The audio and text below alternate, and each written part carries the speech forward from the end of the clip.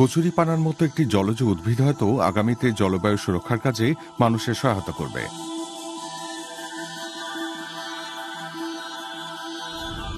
জলজ শ্যাওলা সালভিনিয়া ত্বকের সূক্ষ্ম রোঁয়া নাকি জাহাজের খোলের পানির সঙ্গে ঘর্ষণ কমাতে সাহায্য করবে।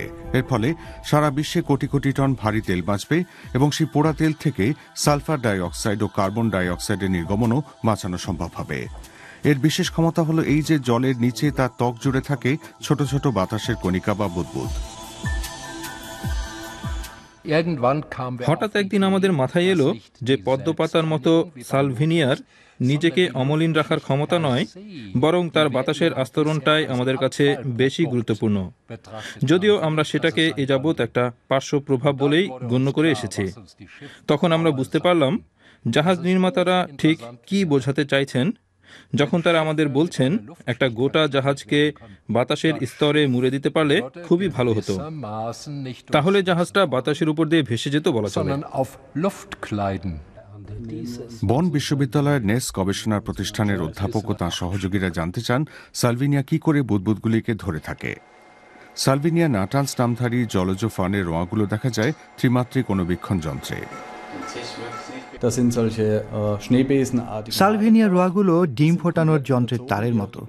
উদ্ভিদের পাতার উপরিভাগের মতো এই রোঁয়াগুলো পুরোপুরি মোমের মতো ক্রিস্টাল এবং বাতাসের বুদবুদে ঢাকা। শুধু ক্রিস্টালের মাথায় 4টি কালো কোষ আছে যেখানে পানি আকৃষ্ট হয়ে এক ধরনের মেনিস্কাস সৃষ্টি করে, যার ফলে বস্তুত বাতাসের আস্তরণটি আরও স্থিতিশীল হয়।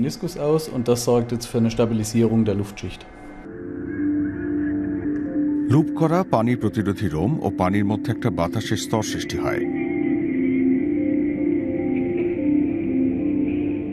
লুপের মাথার অংশটি পানিকে আকৃষ্ট করে এবং বলতে কি বাকি উদ্ভিদের সঙ্গে জুড়ে রাখে। তার নিচে বাতাসের স্তর সব নড়াচড়া সত্ত্বেও মাসের পর মাস পালাতে পারে না। সালভিনিয়ার স্বাভাবিক প্রাকৃতিক রোঁয়ার কাঠামোকে ধাতব ও প্রযুক্তিগত সারফেস বা পৃষ্ঠভাগের উপর কিভাবে সৃষ্টি করা যায় সেটাই আবিষ্কার করতে চান বনের গবেষকরা। ইতিমধ্যে প্রকৃতির অনুকরণে পানি প্রতিরোধী পৃষ্ঠভাগ তৈরি করা সম্ভব হয়েছে। গবেষকরা জাহাজের মডেলের ওপর কৃত্রিম ত্বক বসিয়েছেন যা বাতাসের স্তরকে ধরে রাখতে সক্ষম। মডেল জাহাজের সংক্ষিপ্ত যাত্রায় এই বাতাসের স্তর অক্ষতই থাকে, জাহাজের তলাটাও শুকনায় থাকে।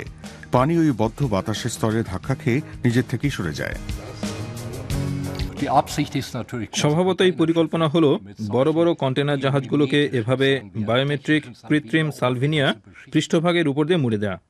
তার অর্থ একটি বড় কন্টেনার জাহাজের যাত্রাতেও এই বাতাসের স্তরগুলি স্থিরভাবে আটকে থাকবে। কৃত্রিম রোঁয়াগুলিকে প্রাকৃতিক রোঁয়াগুলির মতো দেখতে না হলেও তারা ঠিকই বাতাস ধরে রাখতে পারে, তবে যথেষ্ট সময়ের জন্য নয়। আমরা এই পশমের গোছার মতো দেখতে পৃষ্ঠভাগটিকে পানি প্রতিরোধী করে তুলি, কিন্তু এখানে এখনো যেটা নেই সেটা হলো গোটা কাঠামোর উপরের দিকে পানি আকর্ষণকারী অংশটি, যা বাতাসের স্তরটিকে স্থিতিশীল রাখতে একটি বিশেষ ভূমিকা পালন করে। একটি কৃত্রিম পৃষ্ঠভাগ যার কল্যাণে বড় বড় তেল বা কন্টেনারবাহী জাহাজ বাতাসের উপর দিয়ে ভেসে বেড়াতে পারবে, তার অর্থনৈতিক এবং পরিবেশমূলক সুবিধা হবে অসীম। কন্টেনার জাহাজগুলোকে এ দিয়ে মুড়ে দিতে পারলে পানিতে জাহাজের ঘর্ষণ কমবে অন্তত 10%, এমনকি হয়তো 30%-এর বেশি। এভাবে পৃথিবী জুড়ে জাহাজ চলাচলে প্রতি বছর 6000 কোটি লিটার ভারী তেল বাঁচানো সম্ভব হবে এবং সেই সঙ্গে কমবে পরিবেশ দূষণ।